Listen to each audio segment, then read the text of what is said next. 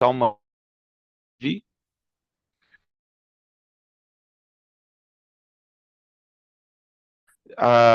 diz que é um dos salmos que tem essa maior intensidade com relação a essa luta aí entre a certeza da presença de Deus e ao mesmo tempo essa questão da luta aí do dia a dia que cada um passa aí tem essa questão da coragem espiritual de Davi, o desejo da intimidade, mas tem essa questão das crises que volta e meia tentam sucumbir aí a nossa fé, a nossa comunhão na presença de Deus. Eles dividem o salmo e parece que ele tem duas partes aí. Ele mostra uma fé inabalável de 1 a 6, mas também ele vai mostrar essa questão da intensidade da súplica do 7 a 14. É, é, é uma fé declarativa de Davi e, ao mesmo tempo, essa oração por uma crise.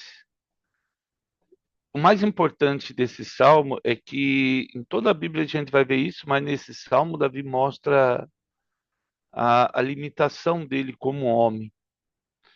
Não havia um estigma muito forte com relação a Davi e a presença de Deus. Ou seja, quando Davi chegava, certamente Deus chegava naquele ambiente. Era como se Davi e Deus fossem um só. A gente sabe que é, mas em situações de crise, situações de angústia, de tribulação, essa sensação não parece ser tão plausível.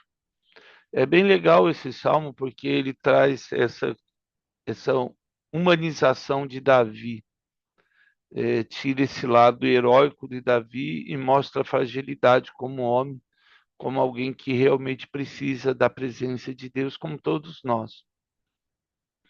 Então, o mais importante de tudo é que Davi sempre vai escolher a presença de Deus.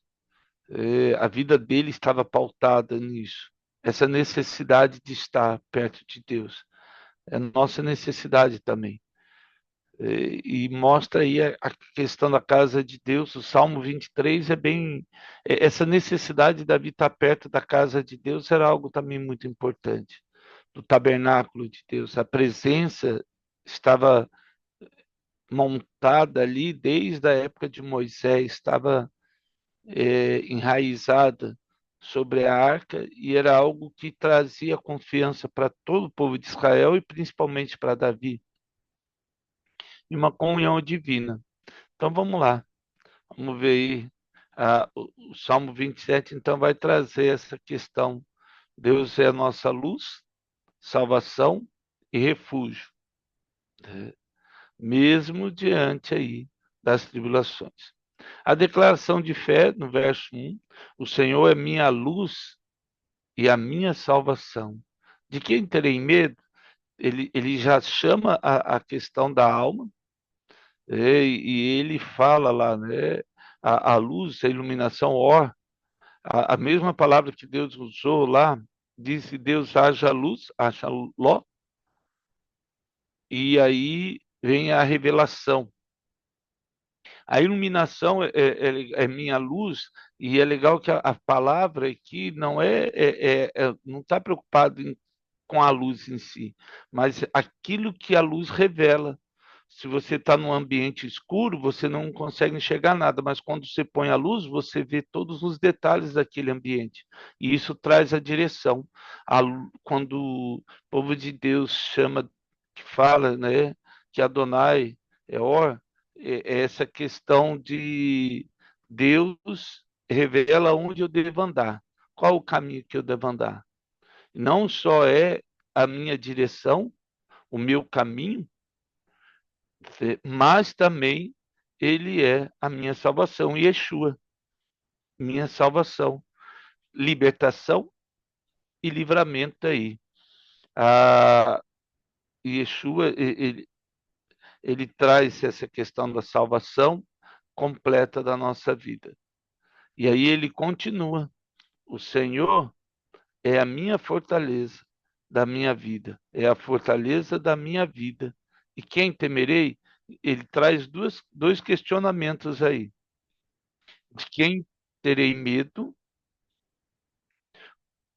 Aquilo de algum indivíduo ou uma situação, e a quem temerei?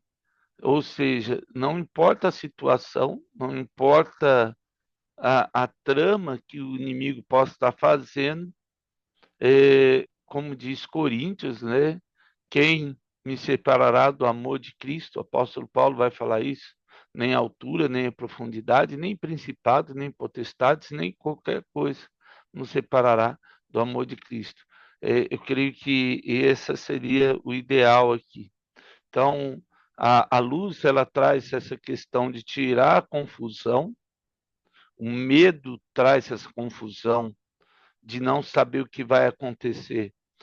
Romanos vai dizer isso, porque conhecereis essa questão de Romanos, não de João, né? Que conhecereis a verdade vos libertará, mas o amor não é confundido. Quando nós somos salvos, Romanos capítulo 10 vai trazer essa ideia. Ele não só remove a nossa confusão, mas remove também o perigo. Uma vez que você tem a luz, se tivesse é, um animal peçonhento lá na casa, tudo, uma serpente, uma aranha, qualquer coisa assim, ou se ele tivesse, como ele era pastor durante muitos anos, o escuro é, trazia aí um predador que podia estar escondido. E a nossa fortaleza. Ele remove, então, a confusão, o perigo e a insegurança, porque se nós estamos num lugar protegido, é, é, o, o- essa que é o mais legal em Davi, porque o nosso desejo é sempre estar perto de Deus. N- Nesse caso, não haveria espaço para o medo. Uma vez que eu entendo que Deus é minha luz e Ele vai tirar essa confusão de onde eu devo andar, Ele vai revelar a verdade, ou seja, vai remover o perigo. E ao mesmo tempo ele é minha proteção, o meu escudo, então não tenho por que ter medo. O verso 2, a coragem de Davi aí é revelada quando os malfeitores me sobrevêm para me destruir. Meus tropeçam e caem. Ou seja, Davi não tem nenhum esforço. É, é, é, apesar de uma guerra iminente na vida de Davi, que era constante, na primavera, quando os homens iam para a guerra, Davi sabia, porque no inverno era complicado, tinha neve, tinha várias situações que poderiam prejudicar a vitória. Mas quando chegava a primavera, era o momento de guerrear e buscar a, a vitória sobre aqueles que incomodavam ali e buscavam a destruição de Davi. Então, Davi descreve realmente uma guerra real aí, mas sabia, como nós já falamos, por ele ser um soldado, ser um guerreiro, é, essa necessidade dele de buscar a presença de Deus para livrar ele da morte. Então, ele sabia que a vitória dele não vinha pelo braço dele, mas pela força de Yahvé, de Deus Todo-Poderoso, né, o Shaddai. Então, os inimigos ali que caíam, os cercos eram abalados, a guerra não destrói a confiança em Davi. Independente das circunstâncias, Davi confiava no Senhor.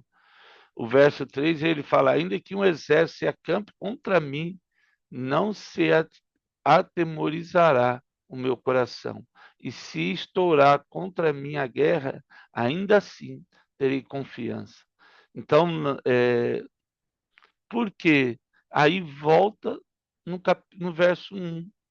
Porque uma vez que Davi entende que Deus é a luz dele e Deus é o refúgio, ele sabe que Essa questão da morte é algo muito interessante na vida do cristão.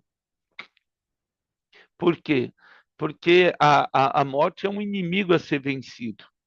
É o último inimigo a ser vencido. A gente estudou lá em Apocalipse. É um inimigo de Deus. Infelizmente, eu e você, nós não temos como é, driblar a morte. Se não vier o arrebatamento antes, infelizmente, a morte vai nos alcançar. Mas uma coisa é certa, a vida nos alcançou antes, ou seja, a morte para nós se torna uma passagem para a vida, não para a morte. Uma vez que a graça de Deus agiu na nossa vida, eu sei que existe uma luta, eu sei que existe uma batalha. Jesus já venceu essa batalha na cruz e eu caminho para essa verdade. Nós caminhamos para essa verdade. Então, independente das circunstâncias, quando a batalha chega, a vitória é certa. E não importa como, porque eles viam que até a morte em batalha era algo de vitória, porque eles foram e batalhar em nome de Deus. Não é uma batalha hoje, é muito importante. A nossa batalha hoje não é contra carne nem sangue, como diz Efésios capítulo 6, mas contra principados e potestades e dominadores. A nossa luta não é contra a pessoa que precisa ser salva por Jesus. E em meio às circunstâncias, lutas, talvez a maior dificuldade nossa é entender que aquela pessoa está sendo usada pelo diabo e ela precisa do amor de Jesus. Se a gente olhar para Jesus quando ele foi crucificado, as pessoas humilhavam, torturaram, e ele ora e intercede, e assim, aquele pecado, Deus perdoou aqueles homens. Aquele, depois o orgulho é outra coisa lá. Mas aquele fato, Jesus intercedeu, e se há alguém que pode tirar o pecado do mundo, é Jesus. Ele olha para aqueles judeus, romanos e todos os desavisados que estavam ali na crucificação de Cristo, é, fazendo piada, chacota, torturando, humilhando. Jesus olha com amor ali, incondicional, e ele fala: Deus, perdoa, porque eles não sabem o que fazem. Então, aquele pecado em si, Deus perdoou. É, e isso é bem legal, porque se Jesus perdoou tamanha afronta, sendo Deus, eu e você sendo pó da miséria, né, por causa do pecado, com certeza, esse talvez seja a parte mais difícil. O estresse do mundo, ele tira a oportunidade de expressarmos o nosso amor pelas almas. Essa é a verdade. Então, uma coisa, e aí o coração do Salmo, verso 4. Uma coisa peço ao Senhor e a buscarei. Aí, citação do Salmo 23, né? Que eu possa morar na casa do Senhor todos os dias da minha vida, para contemplar a beleza do Senhor e meditar no seu santo templo. Ou seja, a, a,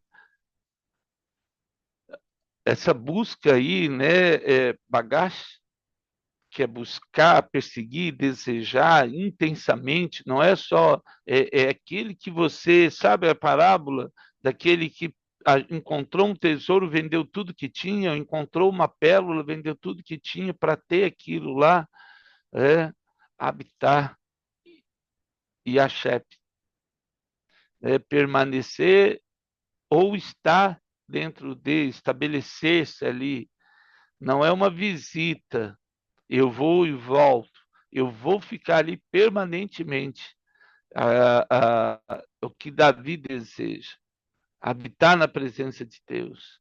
Esse deve ser o nosso desejo, contemplar a beleza do Senhor e meditar na casa dele.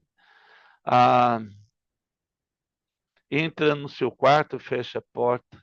Ali é a presença de Deus, ali é a casa de Deus. Porque eu não saber que o vosso corpo é templo do Espírito Santo, como diz o apóstolo Paulo, Ele prefere a presença de Deus acima da proteção. Eu lembro muito de Neemias, quando Sambalá vai enganar ele e falando: Olha, estão te perseguindo, vamos para a casa do Senhor, e entra lá e se esconde lá. Eu falei: Eita. Aí ele falou: Entendi que aquilo lá não era de Deus, porque quem sou eu, diz Neemias, para que entre na casa de Deus e permaneça vivo. O temor de Neemias era algo fascinante, entendendo que a arca da aliança já não estava mais no templo, mas ele entendia que ali era um lugar santo, um lugar da presença de Deus, mesmo a arca não estando ali. Então era algo que gerava o temor. Mesmo porque a arca não estando lá, quando Zacarias vai ter a visita, né, o pai de João Batista do anjo, ali era a presença.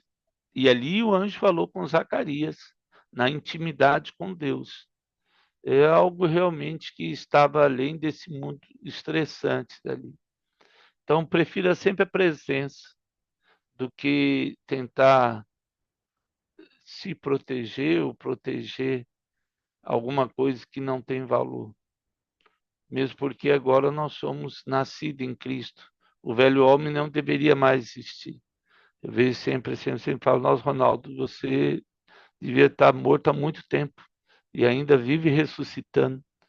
Já passou a hora de deixar o Ronaldo morto e viver uma vida totalmente plena com o Senhor Jesus. Esse é o nosso desejo de dia a dia, porque aí vem a segurança na presença.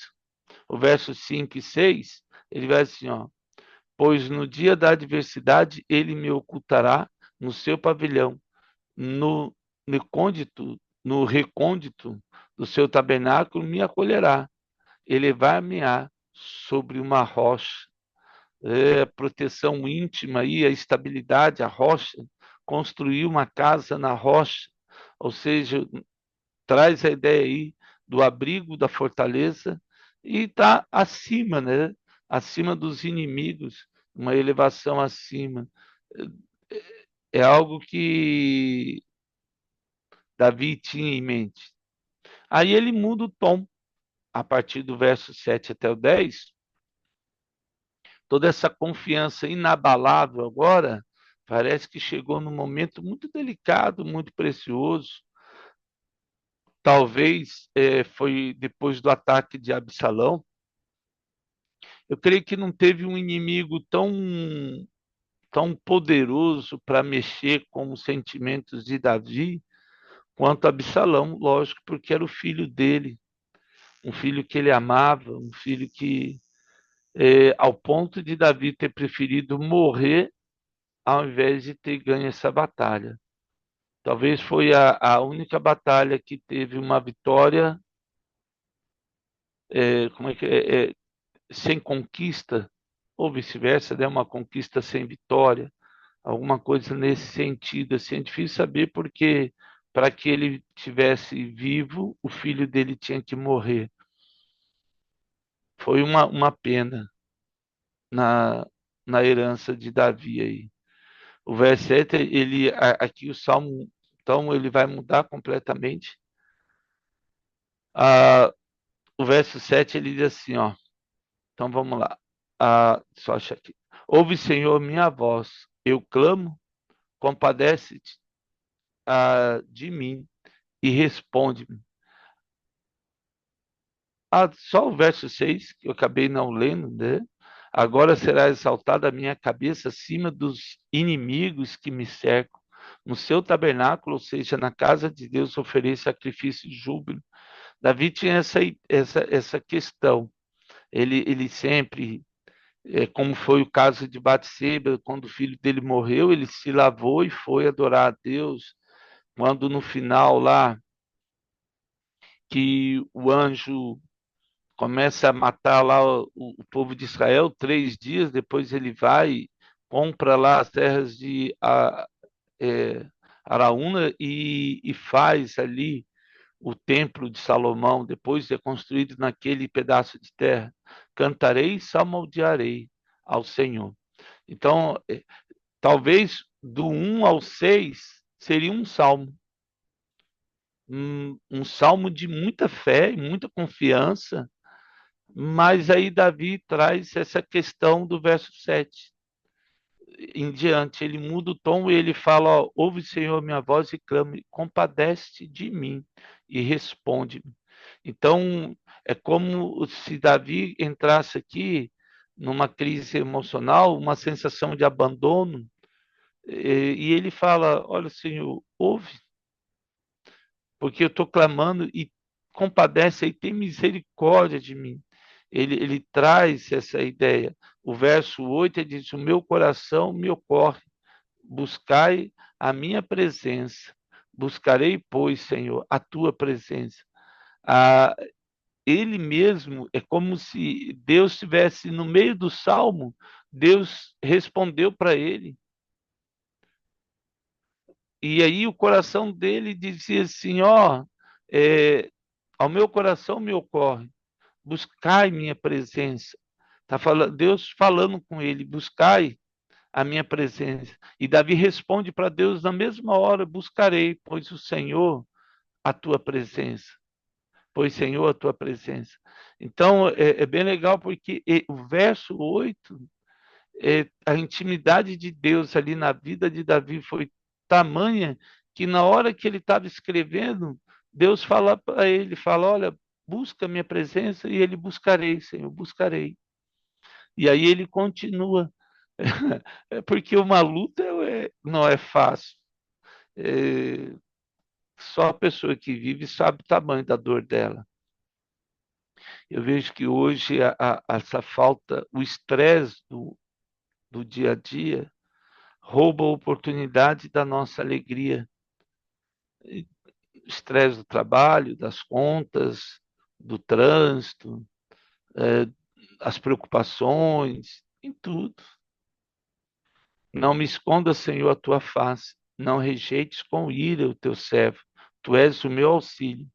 Não me recuses, nem me desampares, ó Deus da minha salvação. E aí, Davi, ele traz isso novamente, essa necessidade de Deus estar perto dele lá. E aí ele continua, porque o verso, né, a 10, porque se meu pai e minha mãe me desamparem, o Senhor me acolherá. Eu acho tão legal isso aí, porque ele coloca o nível máximo da rejeição humana. Se um pai e uma mãe separar, né, esquecer, Deus não ia se esquecer dele, porque Deus o acolhe. Aí Davi começa aí uma direção espiritual, verso 11. E aí ele traz, de novo, né, o Salmo 23. E esse guia-me por águas tranquilas, né, por pastos verdejantes aí. Ensina-me, Senhor, o teu caminho e guia-me por vereda plana, por causa dos que me espreitam. Ou seja, Davi sabia que o mal estava perto dele, que ele não ia ter uma saída fácil, mas ele pede uma direção correta. O caminho do Senhor é perfeito. A palavra do Senhor é poder. Então, a essa questão, né, Davi tinha um caminho, o estilo de vida. Né, a verdade é essa. O caminho é uma forma de viver. É isso que o Derek, né, a palavra que traz, é um estilo de vida, uma forma de viver.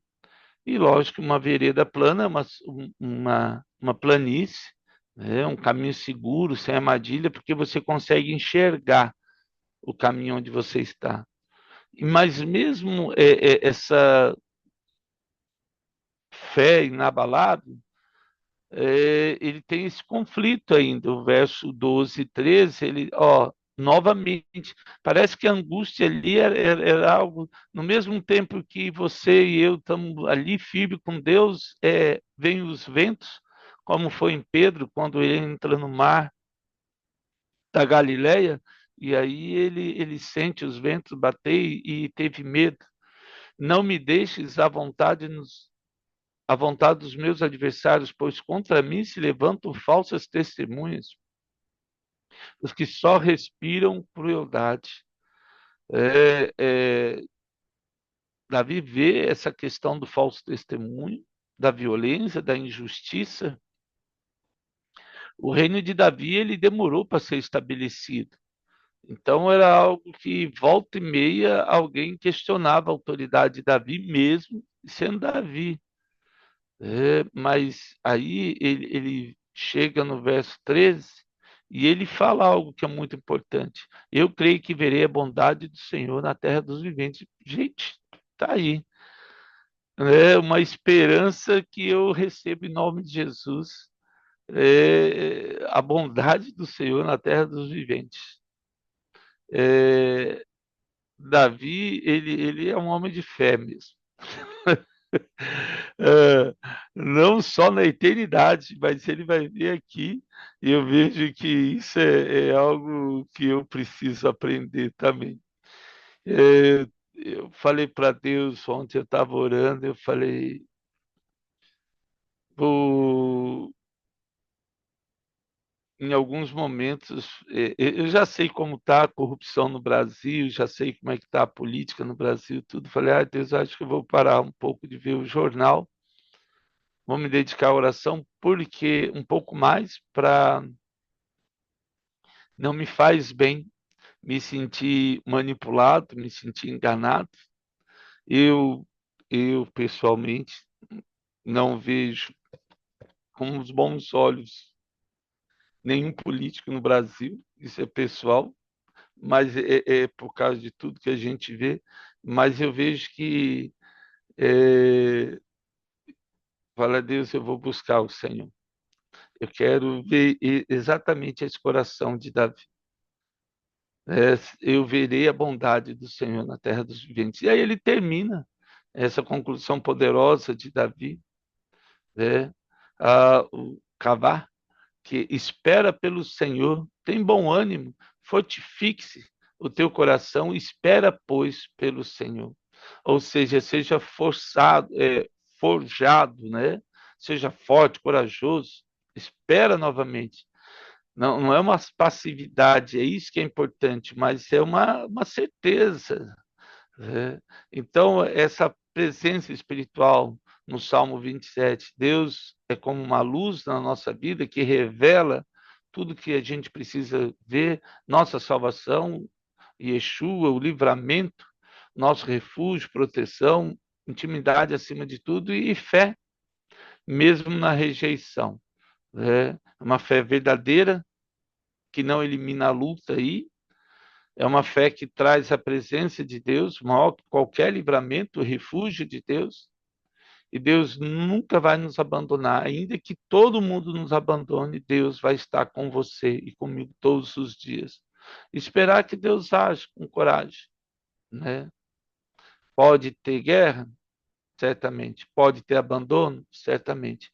Pode até o medo soprar no nosso coração, certamente. Mas Deus sempre vai continuar sendo a nossa luz e esperança. Amém?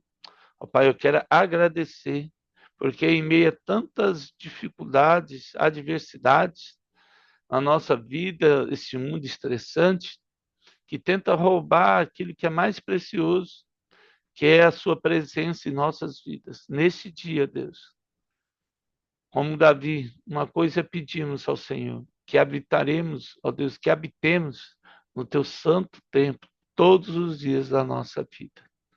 Que hoje seja, Deus, o primeiro dia de todo o resto, que possamos nos converter nesse dia, possamos nos achegar de novo ao Senhor de uma maneira poderosa, Pai, para que a sua graça seja renovada, restabelecida em nossos corações. Dá-nos um dia na tua presença, como nunca antes tivemos. É que eu lhe peço em nome de Jesus. Amém. Amados, que Deus nos abençoe nesse dia lindo e abençoado de outono aí, no nome de Jesus. Amém?